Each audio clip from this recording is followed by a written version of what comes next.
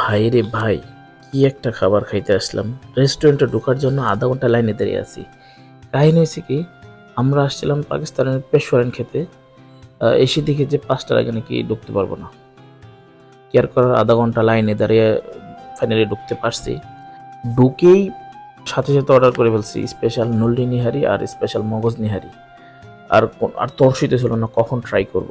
বাইরে ভাই, এই নেহারি না খেলে বুঝতেই পারতাম না যে নেহারি এত মজা হয়। ও মাই গড, জাস্ট সাইহামের রিয়েকশনটা একবার দেখেন। এটা জাস্ট বলতেছিল যে আমি কেন দুপুরে ভাত খেয়ে আসছি। আমি দুপুরে যদি লাঞ্চ না করে আসতাম তাহলে আমি আরো 3টা খাইতে পারতাম। এর আফসোস হইতেছিল কে লেগে হ্যাঁ দুপুরে খাই আসছে। আপনার দেখলেই খাইতে মন চাইবো। তাহলে আমরা যে আধা ঘন্টা বাইরে ওয়েট করছি, এটা আসলে সার্থক। খুবই টেস্ট।